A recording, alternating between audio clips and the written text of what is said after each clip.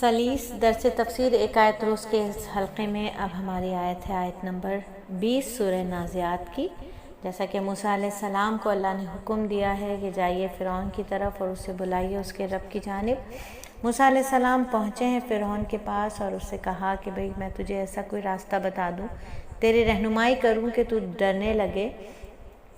تو وہاں پھر انہیں اپنی بڑی نشانیاں جو ان کے پاس تھیں وہ بھی انہوں نے دکھائیں۔ پھر اس کو بڑی نشانی دکھائی۔ بڑی نشانی کیا تھی موسیٰ علیہ السلام کے پاس؟ بڑی نشانی تھی کہ ید بیضا یعنی ان کا ہاتھ چاند کی طرح روشن ہو جاتا تھا، اور جب وہ اپنا عصا اپنی لاٹھی جو ہے وہ زمین پر پھینکتے تو وہ اللہ کے حکم سے بڑا اژدہا بن جاتی تھی، بڑا اژدہا بن جاتی تھی۔ انہوں نے اپنی یہ نشانیاں کہ ہاں میں نبی ہوں، اپنی یہ نشانیاں فرعون کو دکھائیں، لیکن فرعون تو ماننے والا تھا ہی نہیں۔ اللہ کے نبی نے فرعون کو اس لیے یہ نشانیاں دکھائیں تاکہ وہ حق کو پہچان لے۔ بڑی نشانیوں سے کیا مراد ہے؟ حضرت موسیٰ علیہ السلام کے وہ معجزات، یعنی ان کا عصا جو تھا وہ اژدہا بن جاتا تھا اور ان کا ہاتھ روشن ہو جاتا تھا۔ اللہ تعالیٰ کی طرف قدرت کی یہ واضح نشانیاں تھیں۔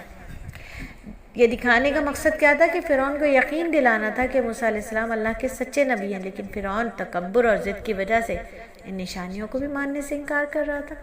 تو اس سے کیا معلوم ہے؟ جب انسان کو غرور سما جائے نا اس کے دماغ میں، تو پھر وہ حق کو بھی قبول نہیں کرتا، واضح حق جو نظر آ رہا اس کو بھی قبول نہیں کرتا۔ تو اللہ تعالیٰ نے انبیاء کو حق ثابت کرنے کے لیے نشانیاں عطا فرمائیں۔ تکبر انسان کو سچ قبول کرنے سے روک دیتا ہے، اور اللہ تعالیٰ تو ہر چیز پر قادر ہے۔ انسان کو حق بات سامنے آنے پر اسے فوراً قبول کر لینا چاہیے۔ تو دل کی ہدایت جو ہوتی ہے وہ معجزوں کی محتاج نہیں ہوتی۔ دل کی ہدایت معجزے دیکھنے کی محتاج نہیں ہوتی، بلکہ عاجزی، اخلاص اور حق کو قبول کرنے کی نیت سے حاصل ہوتی۔ جو ہدایت حاصل کرنا چاہتے ہیں انہیں ہی ہدایت ملتی۔ تو فرعون نے کیا کیا؟ دنیا اور آخرت کی رسوائی سمیٹ لی۔ موسیٰ علیہ السلام کی قوم کو، بنی اسرائیل کو مصر سے نکل جانے پر گرفتار کرتا تھا۔ پھر جب لاؤ لشکر سمیت کیا ہوا؟ بحر قلزم کو پار کر رہا تھا، اللہ کا حکم آ گیا۔ سمندر میں اللہ نے راستہ تو دیا موسیٰ علیہ السلام کو، لیکن فرعون کے لشکر کو اللہ نے ڈبو دیا۔ آن کی آن میں سارا لشکر ڈوب کر مر گیا۔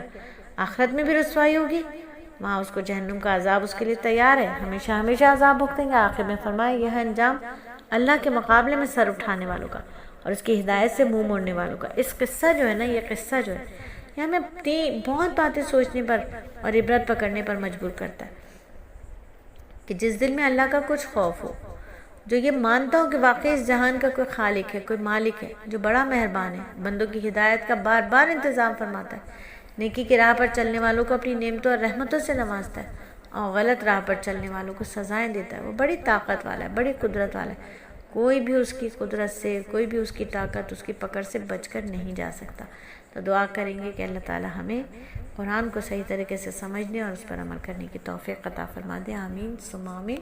اور آج ہماری سورہ نازعات کی آیت 20 پوری ہو گئی ہے۔ انشاءاللہ کل آپ کے ساتھ ہوں گے آیت نمبر 21 کے ساتھ۔